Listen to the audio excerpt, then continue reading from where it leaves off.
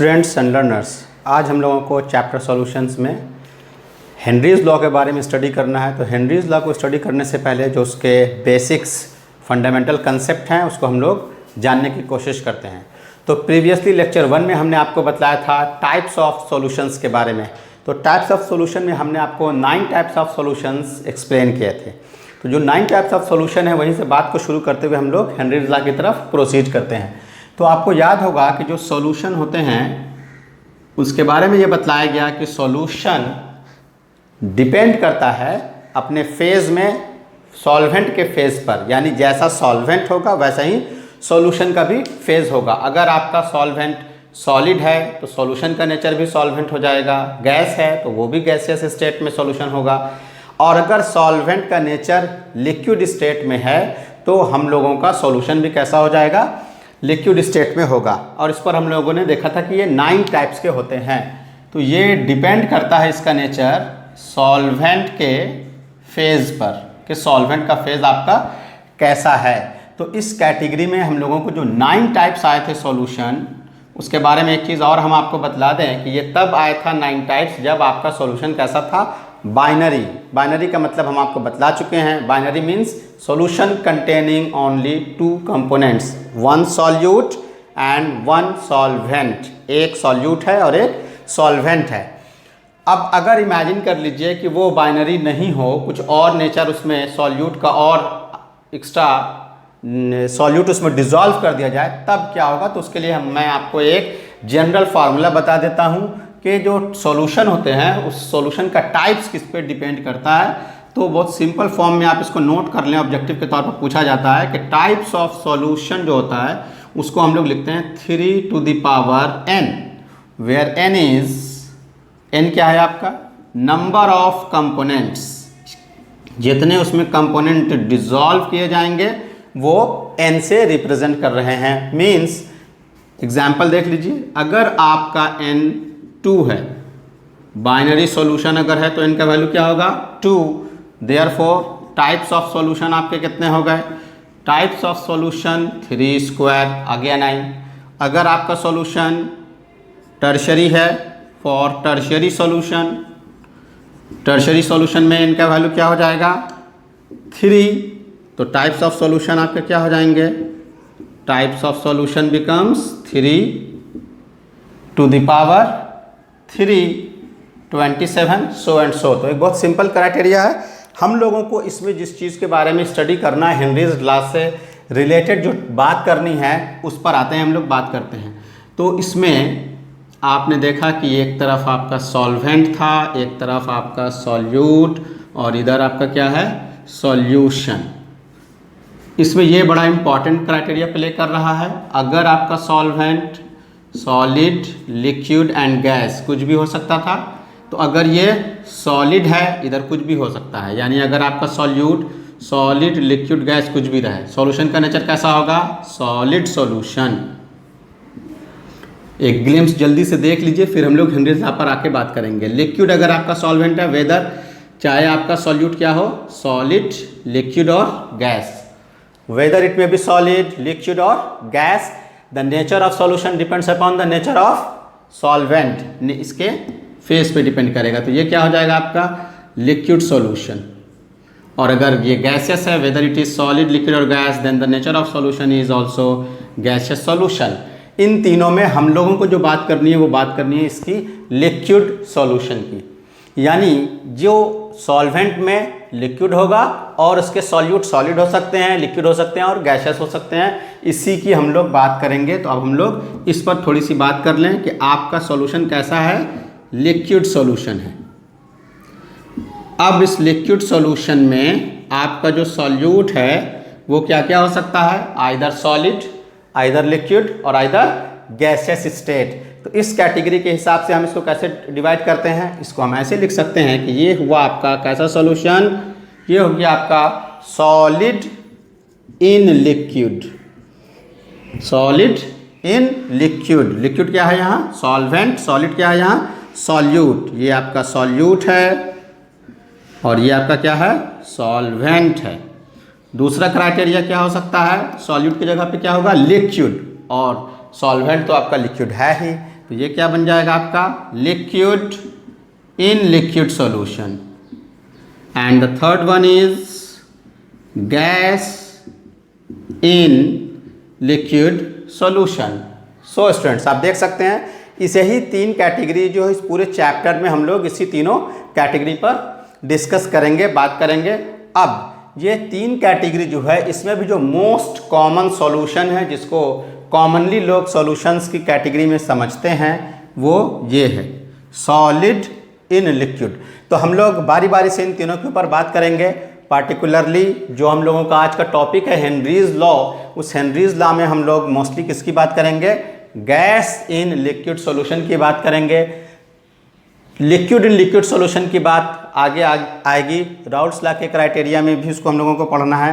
तो ये एक छोटा सा ग्लिम्स है इस क्राइटेरिया को समझने के लिए। अब इसमें एक और क्राइटेरिया आपको एक्सप्लेन करेंगे हम लिक्विड सॉल्यूशन की कैटेगरी के हिसाब से। हम लोग इसको और दूसरे तरह से भी डिवाइड करते हैं। देखिए इधर सॉल्यूशन का एक क्राइटेरिया हम लोग ऐसे लिखते हैं, सॉल्यूशन को on the basis of concentration amount of solute जो उसमें डिजॉल्व किया जाता है, उस डिजॉल्व क्राइटेरिया के हिसाब से इसको हम लोग 3 कैटेगरी में डिवाइड करते हैं। एक को कहते हैं सैचुरेटेड सॉल्यूशन, एक को कहते हैं अनसैचुरेटेड सॉल्यूशन और एक को कहते हैं हम लोग सुपर सैचुरेटेड सॉल्यूशन। तो जानते हैं कि सैचुरेटेड सॉल्यूशन क्या होता है। वेरी सिंपल क्राइटेरिया, इसको समझने के लिए एक रफली हम छोटा सा यहाँ डायग्राम ड्रॉ कर देते हैं। देखिए सपोज कर लीजिए कि ये एक कंटेनर है और इस कंटेनर में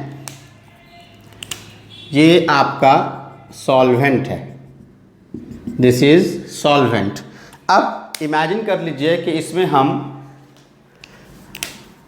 ये आपका जो रेड मार्क में आप देख रहे हैं ये आपका सॉल्यूट है, this is your solute particle. Imagine कर लीजिए this is your solute particle और ये जो आप देख रहे हैं ये आपका क्या है, ये है आपका सॉल्वेंट। एंड नाउ जैसे ही इसको डिज़ोल्व किया गया इसके अंदर तो एक सॉल्यूशन बन गया दिस क्राइटेरिया। अब इसमें क्या हुआ, सॉल्यूट सॉल्वेंट के अंदर डिज़ोल्व हो गया। अब जब सॉल्यूट सॉल्वेंट के अंदर डिज़ोल्व हुआ तो जो चीज़ बन के सामने में आई, solute plus solvent is solution. तो ये जो सॉल्यूशन तैयार हुआ, अब इस सॉल्यूशन के बारे में तीनों कैटेगरी को हम लोग डिस्कस करेंगे, saturated, unsaturated and super saturated. तो व्हाट इज सैचुरेटेड सॉल्यूशन? तो सैचुरेटेड सॉल्यूशन का मतलब ये है कि आप जो सॉल्यूट इसमें डिज़ोल्व कर रहे हैं, अब इसको डिज़ोल्व करते करते स्टिर करते करते एक ऐसा कंडीशन आ जाए कि अब वो एक्स्ट्रा अमाउंट ऑफ सॉल्यूट इसमें डिज़ोल्व नहीं हो। सॉल्वेंट की मात्रा को आपको फिक्स रखना ही नहीं, इसमें ऐड नहीं करना है और टेम्परेचर प्रेशर भी आपको कांस्टेंट रखना है।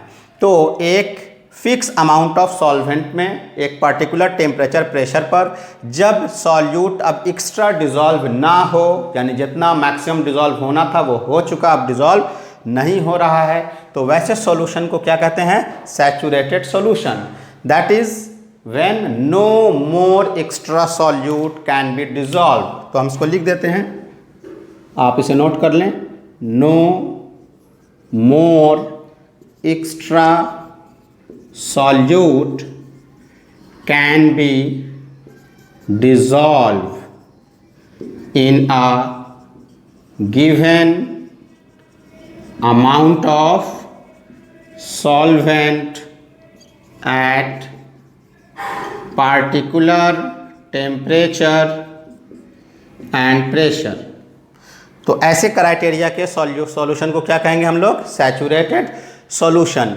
अब यही क्राइटेरिया इमेजिन कर लीजिए कि अगर extra amount of solute dissolve हो सकता है उसी given temperature pressure and solvent में, तो उसे क्या कहेंगे आप, अनसैचुरेटेड। Very simple. तो उसका डेफिनेशन क्या हो जाएगा, when extra solute can be dissolve in a given amount of solvent at particular temperature and pressure. Very simple criteria. तो जब extra amount of solute dissolve होने की कैपेसिटी उसमें बाकी है तो उसे अनसैचुरेटेड सॉल्यूशन कहेंगे। और अब अगर उसमें वो extra amount of solute dissolve होने की क्षमता नहीं है उसी constant particular temperature pressure and amount of solvent में, तो तो उसे सैचुरेटेड सॉल्यूशन कहेंगे। अब इमेजिन कीजिए एक ऐसा सिचुएशन जिसमें आपने देखा होगा कि जो हलवाई होते हैं वो चीनी का शीरा तैयार करने के लिए, मिठाई बनाने के लिए वो क्या करते हैं, उसको आग पर चढ़ा देते हैं। तो जब वो आग पर चढ़ाते हैं तो जो एक्स्ट्रा जितना उसमें शुगर डिज़ोल्व है वो शुगर अपने कैपेसिटी से ज़्यादा डिज़ोल्व हो जाता है। जितना उसमें चीनी उन्होंने डिज़ोल्व किया है उसको वो गर्म करके और उसकी अधिक क्षमता के अनुरूप वो उसमें डिज़ोल्व कर लेते हैं। तो जो एक्स्ट्रा अमाउंट उसमें डिज़ोल्व हो जाता है, जब उसको वो ठंडा करते हैं तो आप देखिए कि वाइट क्रिस्टल के फॉर्म पे वो उसमें प्रेसिपिटेट के तौर पर आपको क्रिस्टल के रूप में दिखने लगते हैं। तो जब सैचुरेटेड लेवल को गर्म कर दिया जाए तो उसमें एक्स्ट्रा अमाउंट ऑफ सॉल्यूट और डिज़ोल्व हो जाता है। तो जो एक्स्ट्रा अमाउंट सैचुरेटेड लेवल के गर्म करने के बाद डिज़ोल्व हो जाता है तो वैसे सॉल्यूशन को हम लोग कहते हैं super saturated solution. Very simple criteria. तो सैचुरेटेड में fix amount of temperature, pressure और सॉल्वेंट में कोई एक्स्ट्रा सॉल्यूट डिज़ोल्व नहीं होगा। अनसैचुरेटेड में डिज़ोल्व होगा एक्स्ट्रा सॉल्यूट। और सुपर सैचुरेटेड में क्या होगा, सैचुरेटेड सॉल्यूशन के लेवल को हीट करने पर extra amount of solute dissolve हो जाएगी। तो वैसे सॉल्यूशन को हम लोग क्या कहेंगे, सुपर सैचुरेटेड सॉल्यूशन। अब एक क्राइटेरिया अब आपको और बतलाते हैं। ये जो सुपर सैचुरेटेड हो या सैचुरेटेड हो या अनसैचुरेटेड हो, इस क्राइटेरिया में ये जो चीज़ें डिज़ोल्व हो रही हैं उस डिज़ोल्विंग के क्राइटेरिया के लिए हम लोग अब एक टर्म को यूज़ करेंगे और वो टर्म है हम लोगों के लिए सॉल्युबिलिटी, जो कि हम लोगों के आज का सब्जेक्ट मैटर भी है। इसको हम लोग डिस्कस भी करेंगे। तो ये जो सॉल्युबिलिटी का क्राइटेरिया है उसको जाने ये सॉल्युबिलिटी क्या है। तो हेडिंग हम लोग लगा लेते हैं solubility. What is solubility and what is its relation with the saturated solution. तो सॉल्युबिलिटी को कैसे डिफाइन करेंगे, very simple. Solubility may be defined as, इसको लिख ले मेरे साथ साथ आप तो ज़्यादा बेटर होगा। It may be defined as, it may be defined as the maximum amount of solute, maximum amount of solute that can be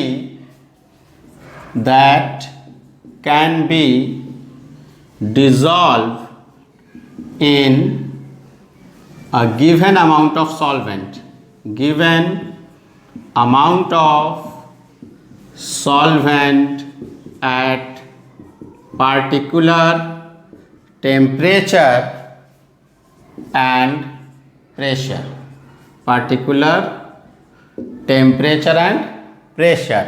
तो क्या पता चला आपको, एक डायरेक्ट रिलेशन है सॉल्युबिलिटी और सैचुरेटेड सॉल्यूशन का। ये क्या कहता है, maximum amount of solute that can be dissolve in a given amount of solvent eight particular temperature and pressure. अब आप याद कीजिए, अभी हमने आपको सैचुरेटेड सॉल्यूशन के डेफिनेशन में क्या बात बतलाया। तो सैचुरेटेड सॉल्यूशन के डेफिनेशन में आपको बतलाया गया when no more extra solute can be dissolve. तो जब no more extra solute can be dissolve है, कोई एक्स्ट्रा सॉल्यूट डिजॉल्व नहीं कर सकते हैं, तो इसका मतलब क्या हुआ कि वो मैक्सिमम अमाउंट में डिजॉल्व किया हुआ है। वही चीज़ यहाँ है, मैक्सिमम अमाउंट ऑफ सॉल्यूट। तो जब किसी का मैक्सिमम अमाउंट उसमें डिजॉल्व हो चुका तभी तो उसमें एक्स्ट्रा सॉल्यूट डिजॉल्व नहीं होगा। तो इन दोनों का एक डायरेक्ट रिलेशन है। यानी हम ये कह सकते हैं कि solubility is defined only in case of saturated solution और इन केस ऑफ सैचुरेशन। जो अनसैचुरेटेड सॉल्यूशन है उसमें तो अभी एक्स्ट्रा अमाउंट डिजॉल्व करने की क्षमता बाकी है, तो आप उसकी सॉल्युबिलिटी तो बता ही नहीं सकते हैं कि कितना मैक्सिमम अमाउंट उसकी क्षमता है।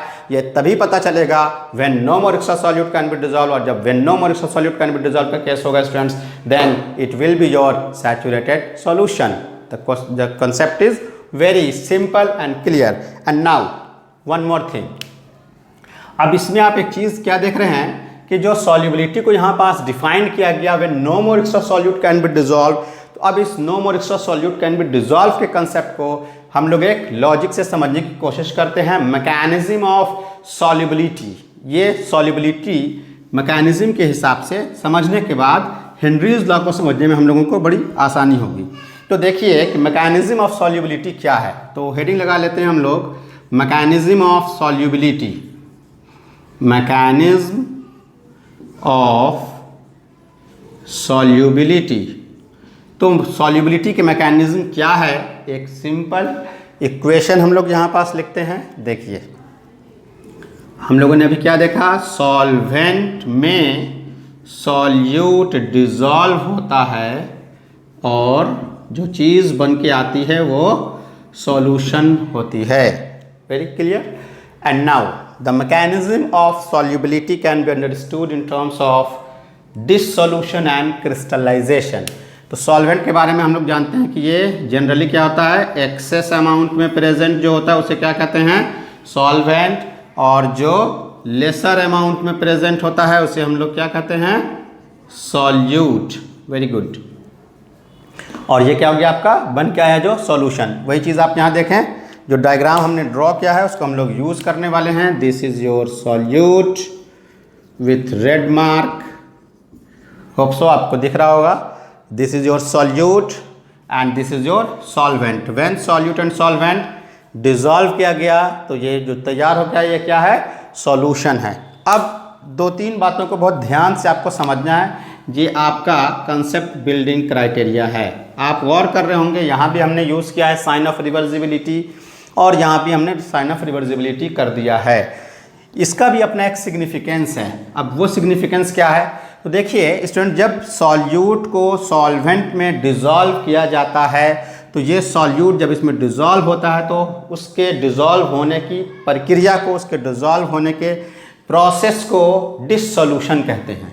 तो सॉल्युबिलिटी जो है, ये सॉल्युबिलिटी दो फॉर्म में प्रोसीड हो रही है।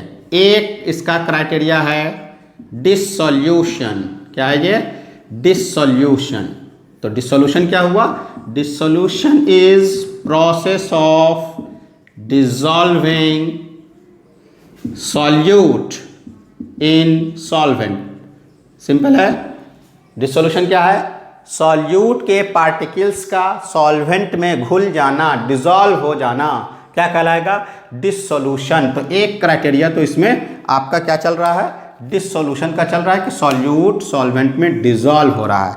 दूसरा क्राइटेरिया क्या है, साथ साथ एक और प्रोसेस भी उसके हो रहा है जो आपको विजुअलाइज नहीं है, but that phenomena takes place simultaneously.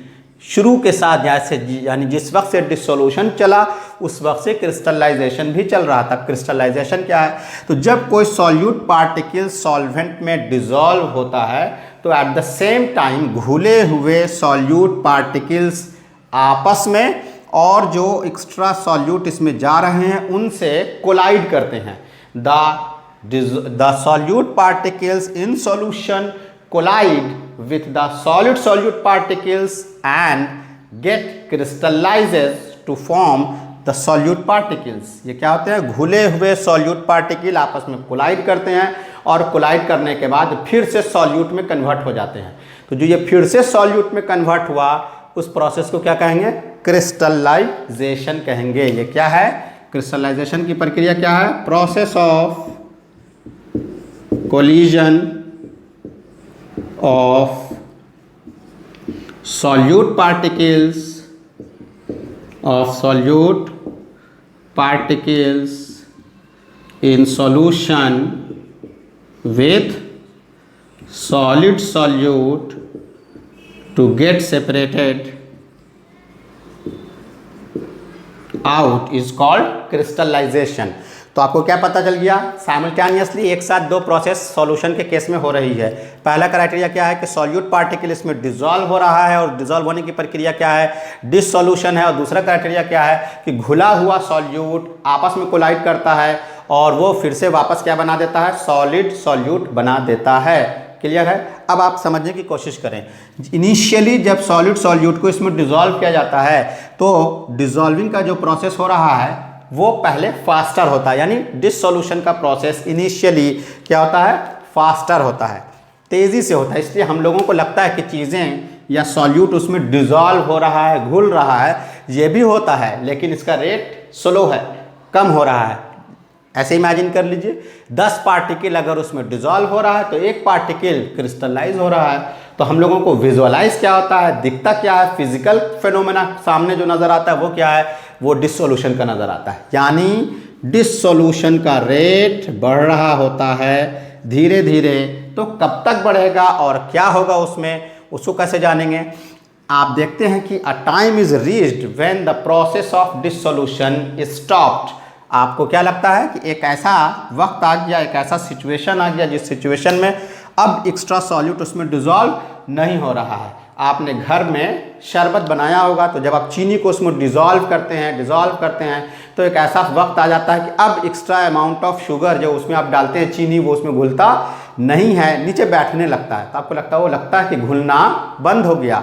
याद रहे, बंद नहीं होता है। ये हम लोग इक्विलिब्रियम में पढ़ चुके हैं कि प्रोसेस डायनामिक होते हैं, स्टैटिक नहीं होते हैं। There is no any concept of static equilibrium, there is the concept of dynamic equilibrium. यानी जो आपको लगा कि वो घुलना बंद हो गया, वो बंद नहीं हुआ, वो क्या हुआ, अब जितने अमाउंट से सॉलिड सॉल्यूट डिज़ोल्व हो रहा है, सॉलिड सॉल्यूट जितने अमाउंट से अब डिज़ोल्व हो रहा है, उतने ही अमाउंट से, यहाँ देखें, जो उतने ही अमाउंट से घुला हुआ, यानी जो रेड मार्क आप देख रहे हैं, घुला हुआ सॉलिड सॉल्यूट क्या होता है, क्रिस्टलाइज करके वापस आ जाता है। यानी एक ऐसा सिचुएशन आएगा जब एक्स्ट्रा सॉल्यूट डिज़ोल्व नहीं होगा। अब देखिए तो ज़रा relation, when no more extra solute can be dissolve, जब कोई एक्स्ट्रा सॉल्यूट डिज़ोल्व नहीं होगा, यानी I am talking about saturated solution. देख रहे हैं आप, हम किसकी बात कर रहे हैं, देखिए सैचुरेटेड सॉल्यूशन की बात कर रहे हैं। तो जब कोई एक्स्ट्रा अमाउंट ऑफ सॉल्यूट अब डिज़ोल्व नहीं होगा, तो ये तभी होगा जब वो सॉल्यूशन कैसा हो गया, सैचुरेटेड। अच्छा, जब कोई extra amount of solute dissolve नहीं होगा का अर्थ क्या निकला, इसका मतलब यह हो गया कि maximum amount of solute dissolve हो चुका, और मैक्सिमम अमाउंट ऑफ सॉल्यूट जब डिज़ोल्व हो जाए तो उस स्थिति को, सिचुएशन को क्या कहते हैं स्टूडेंट्स, अभी आपको बतला दिया गया है, that is known as the condition of solubility. तो ये कंडीशन ऑफ सॉल्युबिलिटी भी हुआ। तो दो रिलेशन तो पहले भी आपको बता चुके थे, अब एक तीसरा रिलेशन उसके साथ इंटरकनेक्ट होने जा रहा है। तो जब कोई एक्स्ट्रा सॉल्यूट डिज़ोल्व नहीं हो, यानी कि वो अब अपने मैक्सिमम सॉल्युबिलिटी, मैक्सिमम अमाउंट तक पहुंच गया, यानी सॉल्युबिलिटी तक पहुंच गया, तो वैसी स्थिति में क्या होगा, अब जितना अमाउंट ऑफ सॉल्यूट डिज़ोल्व होगा उतने अमाउंट से घुला हुआ सॉल्यूट वापस पलट जाएगा।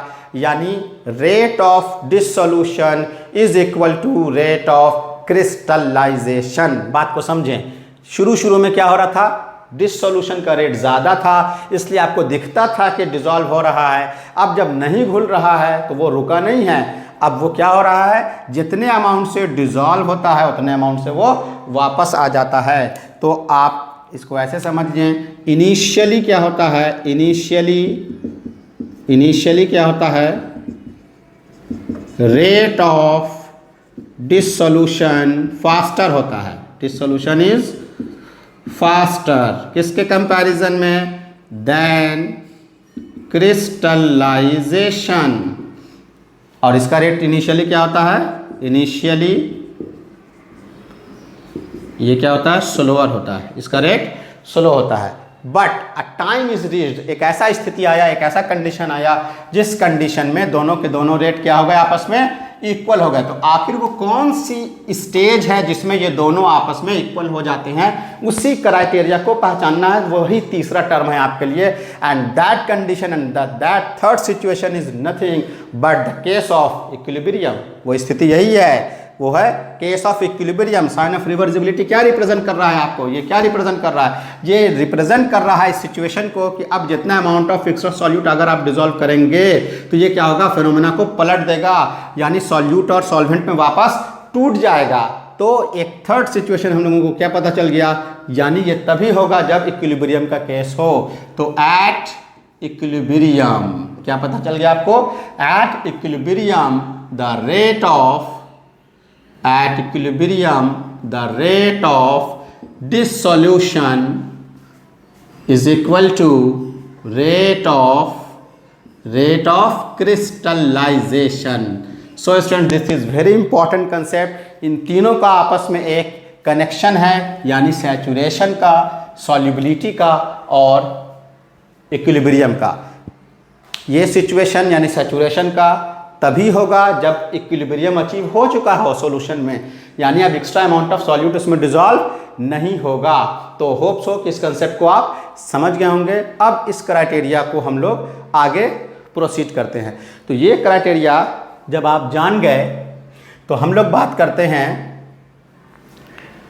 हेनरीज लॉ की। अब हेनरीज लॉ को समझने में हम लोगों को बड़ी आसानी होगी।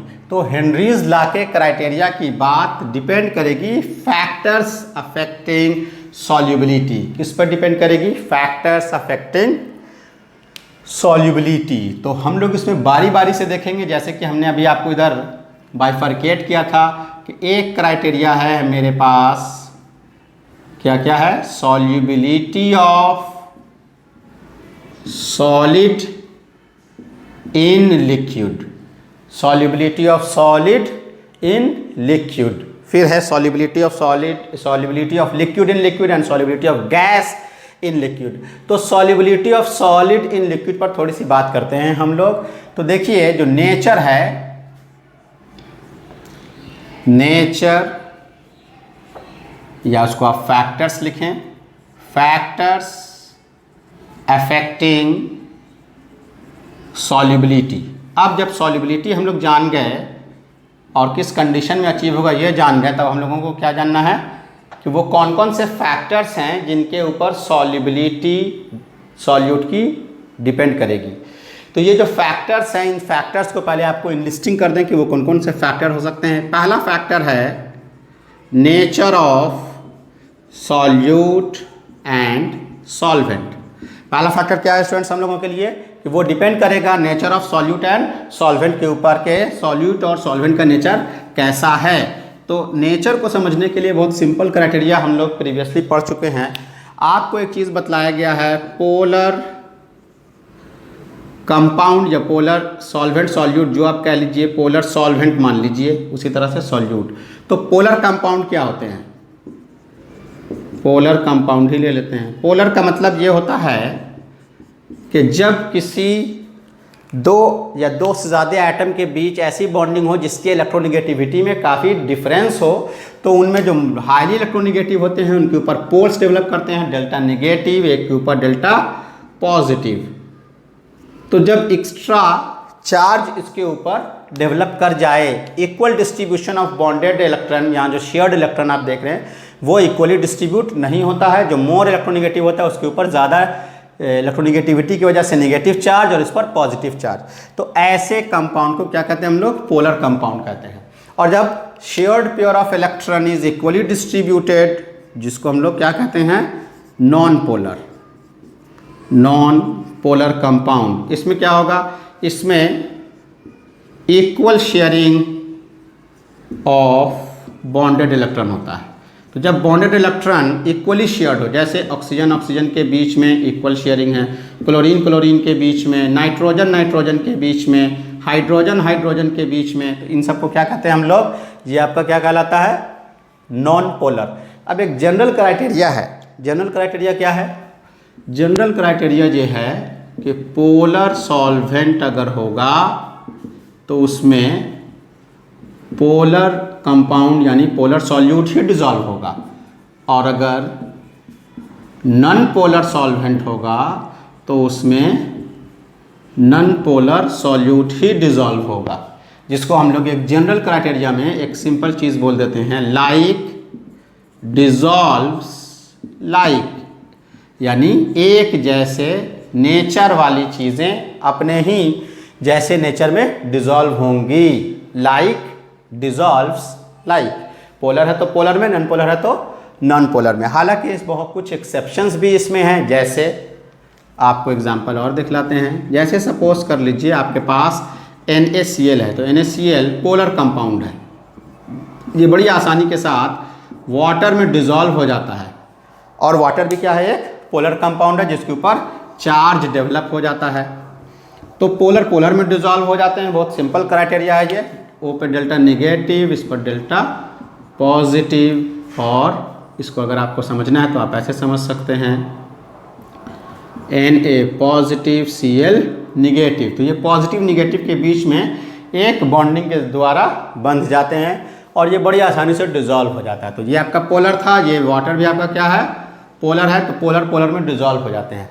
अगर आप इस NaCl को आप ऑर्गेनिक सॉल्वेंट में डिज़ोल्व करने की कोशिश कीजिएगा, ऑर्गेनिक सॉल्वेंट जैसे benzene, alcohol, so and so. तो आप देखेंगे कि ये इसमें डिज़ोल्व नहीं होगा।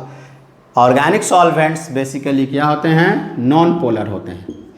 तो ये चूंकि अब नॉन पोलर सॉल्वेंट हो गया, ये आपका कैसा नेचर का है? पोलर है, इसलिए पोलर नॉन पोलर में डिज़ोल्व नहीं होगा। General criteria. उसी तरह से आप इसको ऐसे भी इमेजिन कर सकते हैं। पेंट आपने देखा होगा, एकदम कॉमन एग्जांपल देते हैं आपके समझने के लिए। पेंट आपने देखा है, पेंट जो है वो ऑर्गेनिक है। ऑर्गेनिक का मतलब क्या हो गया? नॉन पोलर है। आपने देखा होगा कि ये कभी भी वाटर में डिज़ोल्व नहीं होगा। लेकिन आपने ये भी देखा होगा कि पेंट को थिनर या केरोसिन में आसानी से क्या कर सकते हैं आप? डिज़ोल्व कर सकते हैं। ये इसमें डिज़ोल्व हो जाता है। क्यों डिज़ोल्व हो जाता है? पेंट ऑर्गेनिक है और केरोसिन भी क्या है? ऑर्गेनिक, यानी कि नॉन पोलर है। लेकिन अगर आप NaCl को कड़वा तेल में डाल दीजिए, मस्टर्ड ऑयल में, केरोसिन ऑयल में, आप देखें कि वो उसमें डिज़ोल्व नहीं होगा। हालांकि कुछ एक्सेप्शंस भी हैं, जैसे ग्लूकोज, जैसे इथेनॉल, जैसे कार्बोक्सिलिक एसिड, ये सब ऑर्गेनिक हैं लेकिन वाटर में डिज़ोल्व हो जाते हैं। क्यों डिज़ोल्व हो जाते हैं? एक्सेप्शंस केसेस उसमें हाइड्रोजन बॉन्डिंग की वजह से आते हैं। तो हम लोगों को अभी उसकी बात नहीं करनी है, एक जनरल क्राइटेरिया की बात करनी है। तो नेचर पर कैसे डिपेंड किया? तो आपने क्या देखा कि लाइक डिज़ोल्व्स, लाइक का केस चलेगा, मीन्स टू से पोलर सॉल्वेंट में polar compound, non polar solvent में नॉन पोलर कंपाउंड डिज़ोल्व होते हैं। अब ये डिज़ोल्विंग का जो क्राइटेरिया है और दूसरे फैक्टर्स कौन से हैं जिन पर ये डिपेंड करेगा? तो दूसरा फैक्टर हम लोग देखते हैं स्टूडेंट्स। दूसरा फैक्टर है इसका कंसंट्रेशन। एक क्राइटेरिया देख लें कंसंट्रेशन, क्योंकि डिटेल में टेम्परेचर प्रेशर पर बात करनी है। तो एक क्राइटेरिया है कंसंट्रेशन ऑफ सॉल्यूट। अब ये कंसंट्रेशन ऑफ सॉल्यूट क्या है, इसको समझाने के लिए अभी फ़ौरन जो चीज़ आपको बतलाई गई थी बिल्कुल उसी पे डिपेंडेंट है। इधर इमेजिन कर लीजिए सॉल्युबिलिटी, क्योंकि फैक्टर्स अफेक्टिंग सॉल्युबिलिटी है, और इधर इमेजिन कर लीजिए कंसंट्रेशन। तो अभी आपको क्या बतलाया गया था? जैसे आप सॉल्यूट को इसमें डिज़ोल्व करते हैं तो डिज़ोल्व करते करते एक ऐसा सिचुएशन आता है, यानी इक्विलिब्रियम आता है कि अब एक्स्ट्रा सॉल्यूट डालने के बाद भी उसकी सॉल्युबिलिटी इंक्रीज नहीं होगी। इट मीन्स कि ये इस तरह से कुछ हो जाएगा। अब आप अगर कंसंट्रेशन इंक्रीज भी करेंगे तो उसका जो सॉल्युबिलिटी है वो कांस्टेंट हो जाएगा। तो ये कंसंट्रेशन के ऊपर भी डिपेंड करता है कि इक्विलिब्रियम के बाद अब उसकी सॉल्युबिलिटी इंक्रीज नहीं करेगी। तो वो बहुत सिंपल क्राइटेरिया था। इनिशियली कंसंट्रेशन पे ये क्या होगा? इंक्रीज करेगा। Initially increases and at equilibrium जाएगा कांस्टेंट। इक्विलिब्रियम आते आते ये कांस्टेंट हो जाएगा। Very simple. And now come to the next criteria. Third point पर अब हम लोग आते हैं। थर्ड पॉइंट है टेम्परेचर। थर्ड पॉइंट है टेम्परेचर। तो टेम्परेचर का क्राइटेरिया क्या है? तो टेम्परेचर के क्राइटेरिया पर जैसे जैसे टेम्परेचर इंक्रीज किया जाएगा वैसे वैसे उसकी हम लोगों को जाननी है कि सॉल्युबिलिटी पर क्या इफेक्ट पड़ेगा। तो टेम्परेचर के क्राइटेरिया में हम लोग इसको बांट देते हैं। सॉल्युबिलिटी ऑफ, जो यहाँ हमने बतलाया है आपको, solubility of solid in liquid, solubility of solid in liquid, इसकी बात करते हैं। तो solubility of solid in liquid in case of temperature, ये दो कैटेगरी में डिवाइड होगा। एक कैटेगरी हम लोग इसका कहते हैं, एक कैटेगरी हम लोग कहते हैं एंडोथर्मिक प्रोसेस। Endothermic process.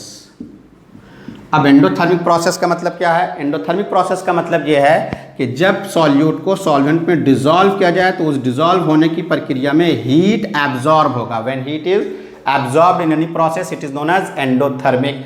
तो अब अगर हीट उसमें एब्जॉर्ब हो रहा है तो इसका मतलब क्या हो गया कि उसका जो डेल्टा एच होगा, यहाँ लिख देते हैं, हीट इसमें क्या होगा? हीट इज एब्जॉर्ब्ड होगा। तो वैसी स्थिति में इसका जो डेल्टा एच होगा वो डेल्टा एच क्या होगा स्टूडेंट्स? पॉजिटिव। डेल्टा एच कैसा होगा? पॉजिटिव। एंडोथर्मिक प्रोसेस जब हीट एब्जॉर्ब होता है तो डेल्टा एच पॉजिटिव होता है। तो अब आप इमेजिन कीजिए इस सिचुएशन को ज़रा कि इफ़ प्रोसेस इज एंडोथर्मिक।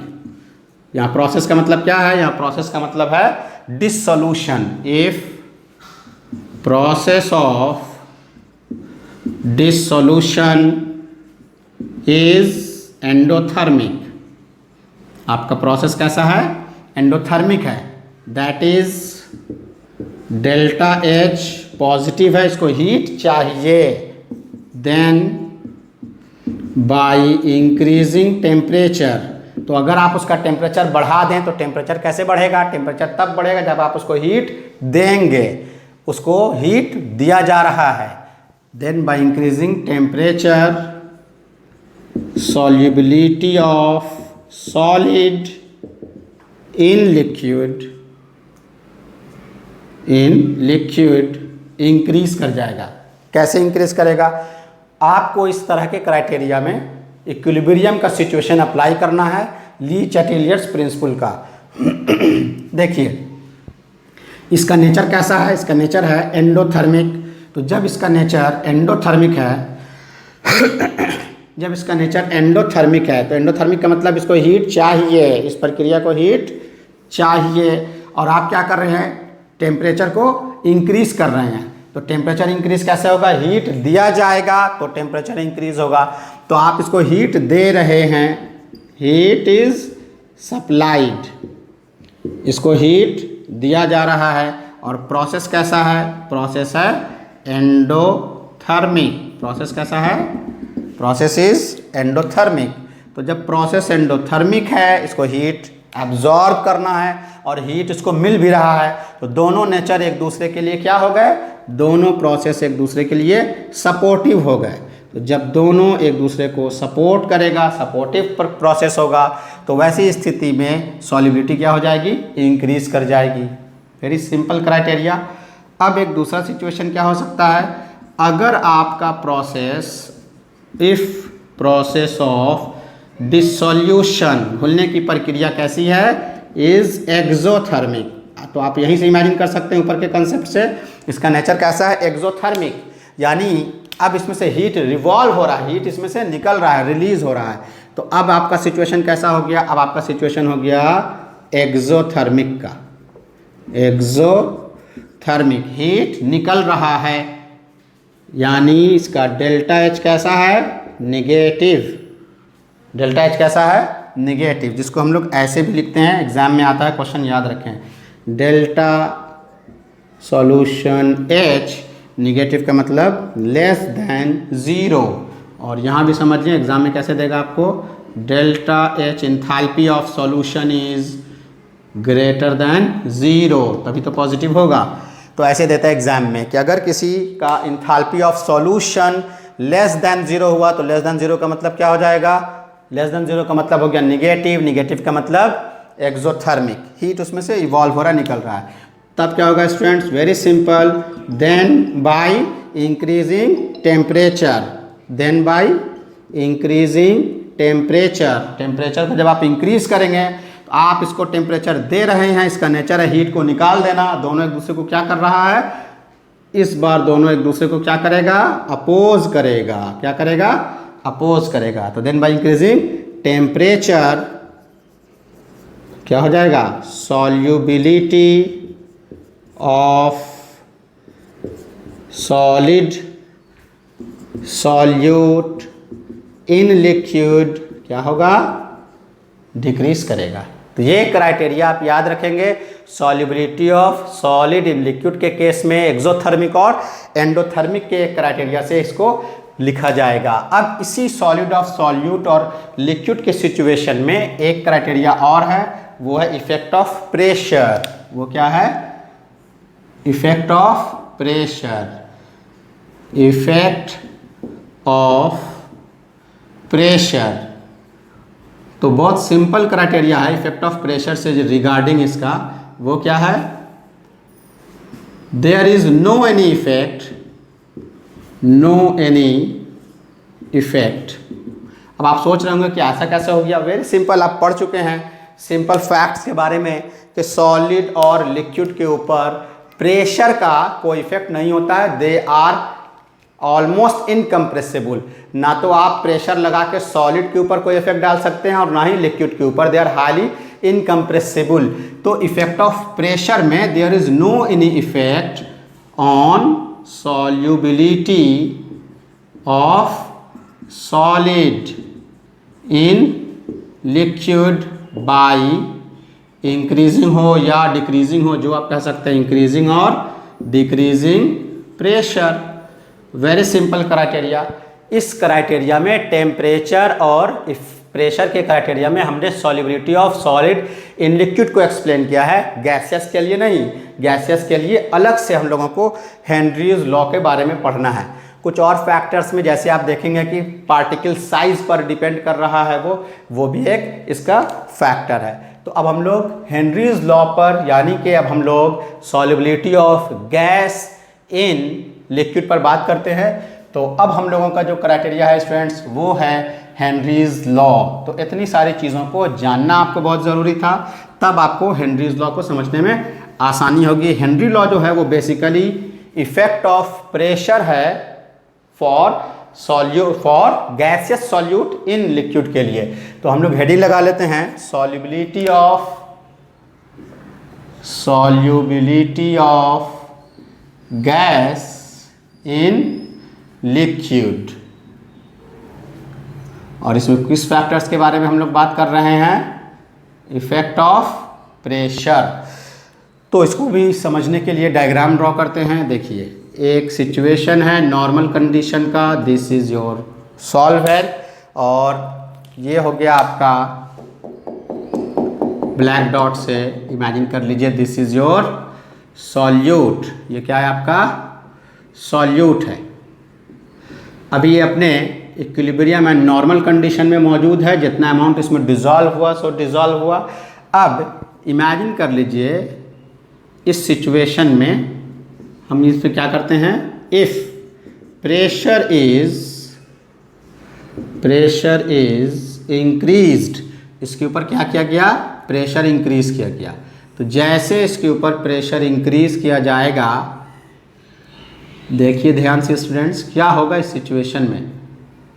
तो जैसे इसमें प्रेशर इंक्रीज किया जाएगा, P एक्सटर्नल, क्लियर है? एक्सटर्नल प्रेशर इसके ऊपर लगाया गया, इसने इसको दबाना शुरू किया। जब ये इसको दबाएगा, प्रेशर लगाएगा, ये आपका जो ब्लैक डॉट है ये आपका क्या है? ये है आपका गैसियस सॉल्यूट है। क्या है ये? गैसियस सॉल्यूट है। ये आपका सॉल्यूशन था, इससे पहले से कुछ डिजॉल्व है और अपने इक्विलिब्रियम पर ये मौजूद था। तो गैसियस सॉल्यूट था। अब आपने इसके ऊपर प्रेशर अप्लाई किया। जैसे प्रेशर अप्लाई करेंगे, इमेजिन कीजिए सिचुएशन क्या होगा।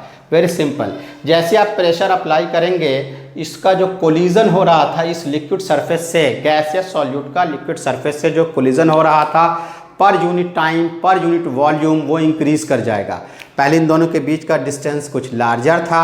इमेजिन कर लीजिए कि 1 सेकंड में 10 गैसियस सॉल्यूट उससे आके टकरा रहा था। लेकिन अब आपने क्या किया? प्रेशर अप्लाई किया। प्रेशर अप्लाई करके उन दोनों के बीच के डिस्टेंस को डिक्रीज किया। तो अब उस लिक्विड सरफेस से पर यूनिट टाइम में, पर यूनिट वॉल्यूम पर जो लिक्विड के साथ गैसेस का इंटरैक्शन था, कोलिजन था, वो क्या हुआ? रेट इंक्रीज किया। तो उसके इंक्रीज करने की वजह से क्या हो गया? ये तेज़ी के साथ इसमें डिज़ोल्व होने लगा। यानी ओवरऑल जो हम लोगों को सिचुएशन मिला वो सिचुएशन ये है कि if pressure is increased then the number of solute, यहाँ पे सॉल्यूट कैसा आपका? गैसियस है। नंबर ऑफ सॉल्यूट पार्टिकल्स का इंटरैक्शन इंक्रीज कर गया, then the number of collision of gaseous solute क्या हुआ? Per unit time, per unit volume, per unit time, per unit volume क्या हो गया? इंक्रीज कर गया, जिसकी वजह से solubility of gas in liquid also increases. तो इस पूरे फिनोमेना को, इस पूरे क्राइटेरिया को मैथमेटिकल फॉर्म देने के लिए हेनरीज ने अपना लॉ एक्सप्रेस किया और उन्होंने जो बतलाया वो क्या था। तो इसको पहले जनरल फॉर्म में देखिए कि इसका मतलब सीधा सीधा क्या निकला। दैट इज सीधा सीधा मतलब ये निकला कि सॉल्युबिलिटी ऑफ गैस बढ़ जाती है, डायरेक्टली प्रोपोर्शनल होती है किससे, प्रेशर के बढ़ाने से। जैसे जैसे प्रेशर बढ़ेगा वैसे वैसे सॉल्युबिलिटी ऑफ गैस भी बढ़ेगी, प्रेशर घटेगा सॉल्युबिलिटी ऑफ गैस भी घटेगी, डायरेक्टली प्रोपोर्शनल, एक जनरल क्राइटेरिया।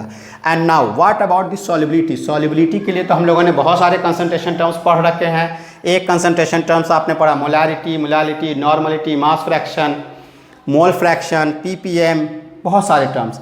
तो हेनरी जो थे, मिस्टर हेनरी ने क्या किया, सॉल्युबिलिटी के टर्म के लिए Dalton's law of partial pressure में हम लोगों ने जो पढ़ा है मोल फ्रैक्शन का टर्म और पार्शियल फ्रैक्शन का टर्म, तो उन्होंने पार्शियल प्रेशर के टर्म को यूज़ किया और सॉल्युबिलिटी के लिए मोल फ्रैक्शन का टर्म यूज़ किया। तो इसका मतलब हम यहाँ पास क्या लिख सकते हैं, इसका मतलब कि हम ये लिख सकते हैं हेनरीज लॉ के टर्मिनोलॉजी में कि द मोल फ्रैक्शन, सॉल्युबिलिटी के लिए उन्होंने किसको चुना, मोल फ्रैक्शन। तो इसके पीछे भी एक लॉजिक है, पहले लॉ को हम लिख दें। The mole fraction of solute, the mole fraction of solute in solution is directly proportional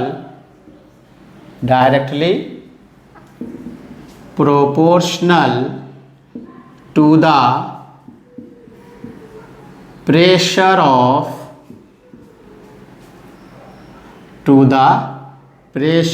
of gas on the solution। Very simple criteria.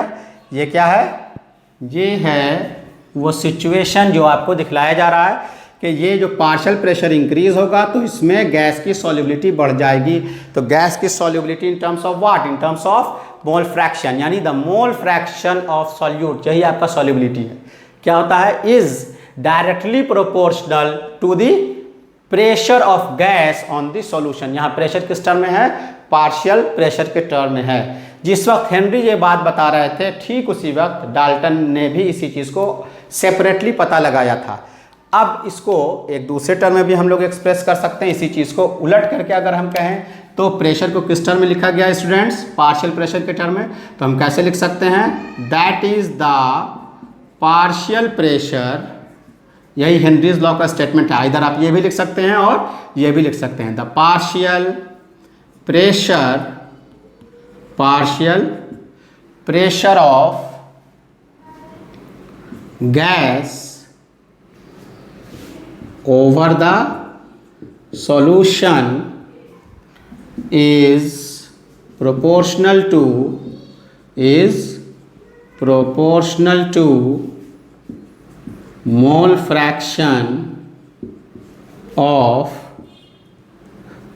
fraction of gas in solution। The partial pressure of gas over the solution is proportional to the mole fraction of gas in solution। mole fraction of gas in solution को कभी कभी mole fraction of gas in vapor phase भी कह सकते हैं, दोनों एक ही बात है। तो इसका मतलब that is if मान लीजिए आप पार्शियल प्रेशर को P और मोल फ्रैक्शन को किससे डिनोट करते हैं हम लोग स्टूडेंट्स, X। तो एक मैथमेटिकल फॉर्म जो हम लोगों का हेनरीज के मैथमेटिकल क्राइटेरिया से निकल के आएगा हेनरीज लॉ का, वो क्या होगा, that is very simple, partial pressure is directly proportional. देखिए यहाँ ध्यान दीजिए, partial pressure of gas is directly proportional to mole fraction, solute है x2। साइन ऑफ प्रोपोर्शनलिटी को हटाएंगे, कांस्टेंट आ गया KH, वेयर KH क्या है आपका, Henry's law constant.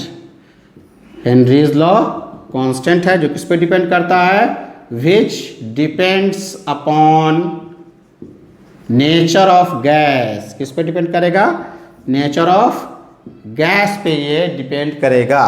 And now अब इसी क्राइटेरिया को आप ज़रा ध्यान दीजिए, तो हम ऐसे लिख सकते हैं, और P is equal to, very simple, ध्यान दीजिए इधर, KH x2 प्लस 0, कोई प्रॉब्लम बिल्कुल नहीं, सिंपल फॉर्म में। But in terms of mathematics it can represent equation of straight line, that is y is equal to mx plus c। देख रहे हैं आप, ये इक्वेशन ऑफ स्ट्रेट लाइन है जहाँ c y इंटरसेप्ट है जो कि क्या है, 0 है। m किसको रिप्रेजेंट करता है, स्लोप k, क्या है इसके आगे साइन, पॉजिटिव, यानी ये पॉजिटिव स्लोप को रिप्रेजेंट कर रहा है। y एक्सिस पर कौन होगा, पार्शियल प्रेशर, x एक्सिस पर कौन होगा, x2, यानी कि मोल फ्रैक्शन ऑफ सॉल्यूट। तो इसका ग्राफिकल रिप्रेजेंटेशन आप यहीं पास देख लें, उसको आपको दिख रहा होगा। This is the graphical representation. y axis पर क्या है, पार्शियल प्रेशर, x एक्सिस पर क्या है, मोल फ्रैक्शन, c इंटरसेप्ट 0 है। इसका मतलब ये हो गया कि ये ओरिजिन से स्टार्ट होगा, डायरेक्टली प्रोपोर्शनल है, बिल्कुल straight line. This is the graphical representation of Henry's law, where the slope क्या आपका, KH को जब आप यहाँ से रिजॉल्व करेंगे तो आपका KH का वैल्यू क्या हो जाएगा, x2 नीचे आ जाएगा, यानी P/x2। सिंपल। अब इस क्राइटेरिया को थोड़ा सा और एलाबोरेट करके इधर दिखला देते हैं आपको, होप सो कि आपने नोट कर लिया होगा।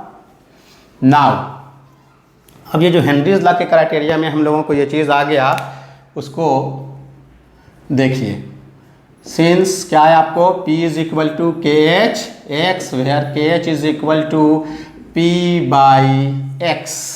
P क्या है आपका, पार्शियल प्रेशर, और x क्या है आपका, मोल फ्रैक्शन यहाँ किसको रिप्रेजेंट कर रहा है, सॉल्युबिलिटी को। अब जल्दी से एक बात और बता दें, आखिर हेनरीज ने इतने सारे कंसंट्रेशन टर्म्स में मोल फ्रैक्शन को ही क्यों लिया।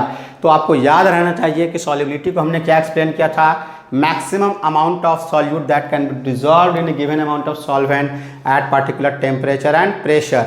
यहाँ पढ़ किसको रहे हैं, इफेक्ट ऑफ प्रेशर को पढ़ रहे हैं, और अमाउंट ऑफ सॉल्वेंट कांस्टेंट रहेगा।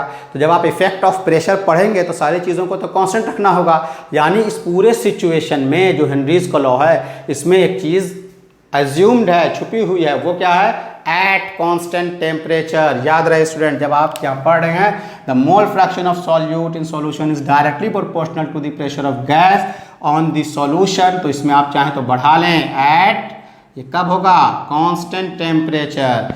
यहाँ भी एट कांस्टेंट टेम्परेचर पर बात हो रही है, नहीं कि साइमल्टेनियसली टेम्परेचर अलग अलग लेकर के आप चेक करेंगे, नहीं, प्रेशर का इफेक्ट चेक करना है तो टेम्परेचर को क्या रखेंगे, कांस्टेंट। इसका मतलब क्या हो गया, एक ऐसा कंसंट्रेशन टर्म चाहिए जो टेम्परेचर इंडिपेंडेंट होना चाहिए था। तो टेम्परेचर इंडिपेंडेंट क्राइटेरिया के लिए यहाँ पास किसको टर्म को चुना गया, मोल फ्रैक्शन को। आप जानते हैं कि mole fraction temperature independent term है। तो एक लॉजिक, एक क्राइटेरिया ये है। दूसरा एक और इम्पॉर्टेंट चीज़ आप देखिए कि KH और X के बीच में कैसा रिलेशन है, KH और X के बीच में कैसा रिलेशन है, इन्वर्स। यानी इफ KH अगर इंक्रीज करेगा तो X का मतलब क्या है, X का मतलब है सॉल्युबिलिटी। X का मतलब क्या है, सॉल्युबिलिटी। X यानी कि सॉल्युबिलिटी क्या करेगा, डिक्रीज। तो अब KH का जो क्राइटेरिया है वो एक एक्सपेरिमेंटल क्राइटेरिया है। तो एक छोटा सा डाटा के तौर पर आपको दिखा दे, आप इसको अपने बुक से चेक भी कर सकते हैं। नाइट्रोजन को 2 डिफरेंट टेम्परेचर पर इसके KH का वैल्यू निकाला गया। इधर गैस है, इधर टेम्परेचर है, और इधर है उसके KH का वैल्यू। KH का वैल्यू जब 293 केल्विन पर नाइट्रोजन का चेक किया गया तो इसका वैल्यू मिला 76.48 किलोबार, ये किलोबार में है। और इसी नाइट्रोजन का नेचर ऑफ गैस को हमने सेम रखा है, सिर्फ टेम्परेचर को हम वैरी करा रहे हैं। टेम्परेचर को चेंज किया गया, तो जब टेम्परेचर को चेंज किया गया तो इसका वैल्यू कितना मिला, 88.84 किलो बार। तो आपने क्या देखा, टेम्परेचर का इंक्रीमेंट जब करते हैं, टेम्परेचर जब बढ़ जाता है, गैस का नेचर सेम है, तो KH का वैल्यू क्या हुआ, इंक्रीज। जब KH इंक्रीज कर गया तो सॉल्युबिलिटी क्या हो जाएगी, घट जाएगी। तो एक ही गैस है, गैस का नेचर चेंज नहीं किया गया, और अगर टेम्परेचर सिर्फ बढ़ा दें तो टेम्परेचर के बढ़ाने से टेम्परेचर के बढ़ा देने से क्या हो गया आपका KH बढ़ गया, और अगर KH बढ़ गया तो सॉल्युबिलिटी घट गई। तो डायरेक्ट एक रिलेशन आपको क्या मालूम हो गया, इसका मतलब डायरेक्टली ये पता चल गया, द लास्ट कंडीशन है ये, that is by increasing temperature आपका KH क्या होता है, बढ़ जाता है। देख रहे हैं आप, टेम्परेचर बढ़ा KH बढ़ गया, KH बढ़ गया, एंड बाई इंक्रीजिंग KH, और जब KH बढ़ गया तब क्या हो गया आपका सॉल्युबिलिटी डिक्रीजेज, सॉल्युबिलिटी घट गई। तो अब इन सारे क्राइटेरिया में KH के कंडीशन को अगर लैप्स कर दें तो डायरेक्टली क्या कहेंगे, बाय इंक्रीजिंग टेम्परेचर, इसको छोड़ दें, डायरेक्टली क्या होगा, bye increasing temperature solubility decreases. Gas के सॉल्युबिलिटी लिक्विड में टेम्परेचर के बढ़ाने से घट जाती है। फर्दर हम लोग इसके आगे नेक्स्ट क्लास में देखेंगे student. This is all about the Henry's law. Last but not the least, इस क्राइटेरिया को आप जान लीजिए कि ये सिचुएशन आज के लिए आखिरी है। नेक्स्ट क्लास में हम फर्दर हेनरीज लॉ के आगे की बात करेंगे, applications of Henry's law and cases of Henry's law and limitations of Henry's law, इस पर बात होगी। और फिर इससे रिलेटेड हम लोग न्यूमेरिकल्स को जानेंगे कि हेनरीज का एप्लीकेशन प्रैक्टिकली और न्यूमेरिकली कैसे हम लोगों के लिए हेल्पफुल है। तो इस चैनल को सब्सक्राइब करना ना भूलें। Till then good bye.